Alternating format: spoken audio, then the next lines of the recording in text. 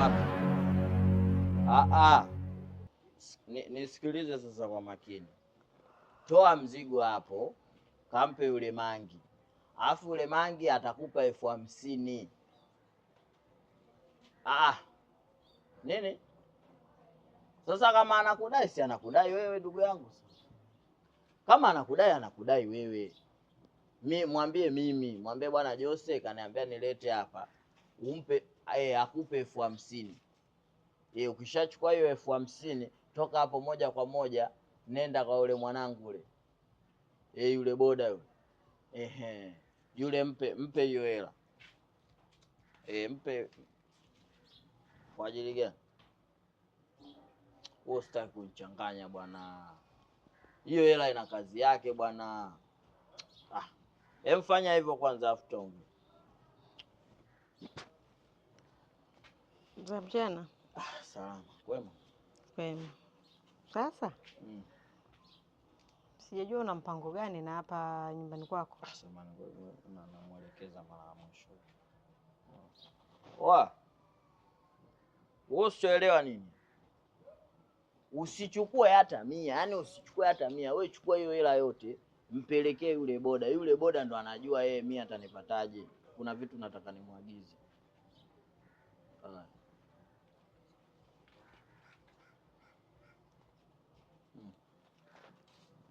Mimi nimekuita hapa, nilikuwa nataka kujua mpango wako ni upi kuhusu hichi chumba chako.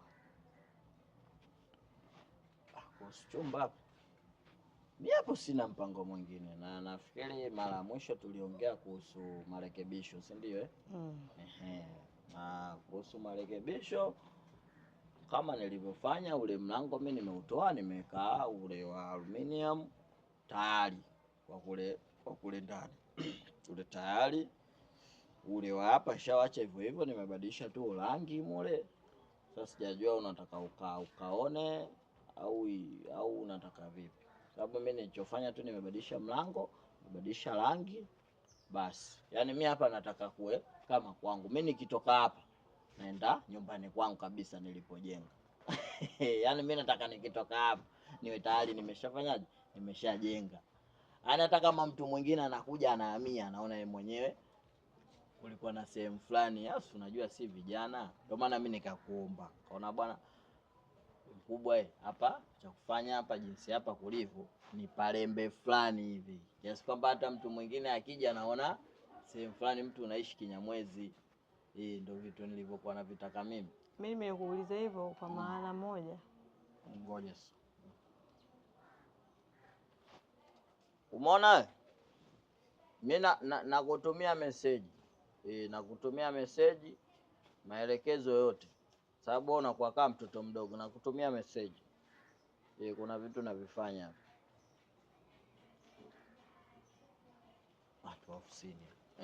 Nimekuuliza hivyo kwa sababu hapa ndani sijakuona na mwezi wa pili.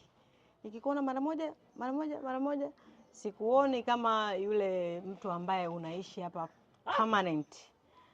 Namuona tu yule kaka mwingine mrefu mweusi. Naona kila muda na wageni. Kwa hiyo sasa nashindwa kuelewa kwamba mwenye chumba ni wewe ama ni yule. Kwa sababu sikuoni. Na uoga wangu kwamba yule aliyekuwa hapa mimi simfahamu. Unamfahamu wewe. Na mimi na wewe ndio tulikuwa tumeandikishana mkataba wa nyumba. Kwa yule kinaweza kukumkuta chochote. Yaani ipo vipi? Umeona sasa madam? Nakueleza. Yule mimi rafiki yangu, rafiki yangu kabisa, ni damu. Sawa. Sikanisaidia kabisa kuingizana vitu hapa. Bora wewe mwenyewe pia ungekuwepo. Mimi mtu akutoka. Utaratibu wake yule ni mbaya na siupendi. Kwa siwezi kumuongelesha chochote kwa sababu mimi yule hajanipa hela ya kodi au mimi sina mkataba naye. Wewe mimi ndo nina mkataba na wewe. Kwa hiyo yule utaratibu wake kila saa anaingiza wageni, anatoka, anaingiza wageni. Siku mtu anaweza akafa huko ndani ikawa shida kwangu mimi. Kwamba ule mpangisha mwingine huyu nani? Unamruhusu vipi mtu aingie ambaye wewe humjui? Inakuwaje? Anaingiza wageni, yani unamaanisha nini? Asubuhi, mchana, jioni. Yeye ni kubadilisha wasichana. muda wote, kazi hiyo tu. Sasa mimi nakuwa sielewi.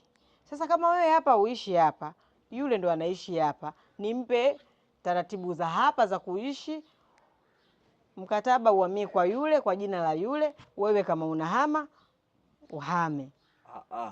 Sasa hapo ukifanya hivyo unakuwa unakosea, kwa sababu mimi yule ni rafiki yangu tu, na unavyoniona mimi mwenzio, mimi ubongo wangu kidogo unakuwaga una changamoto.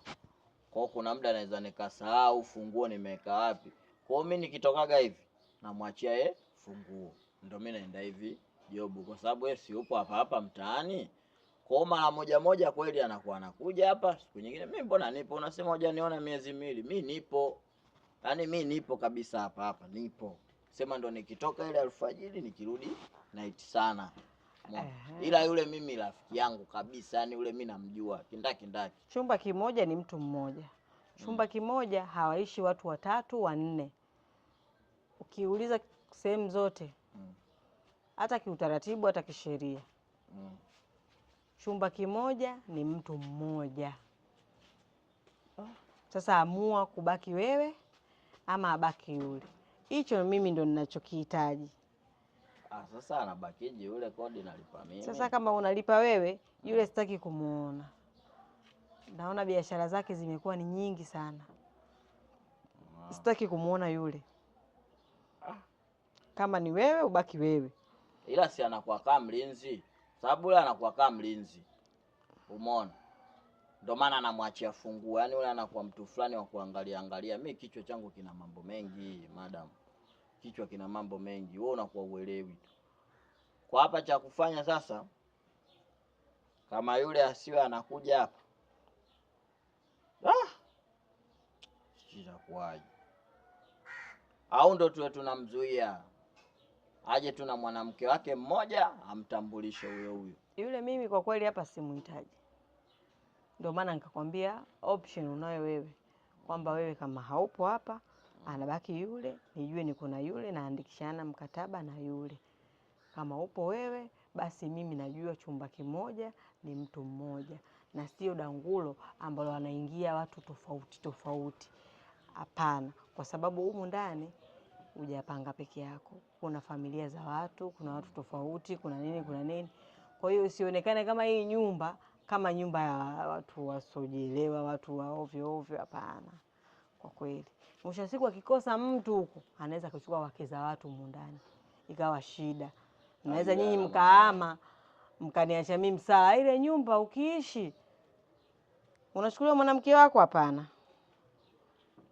Sitaki historia mbaya kwenye nyumba yangu. Kwa hiyo baba, uamuzi ni wako wewe. Kama atabaki yule ama wewe.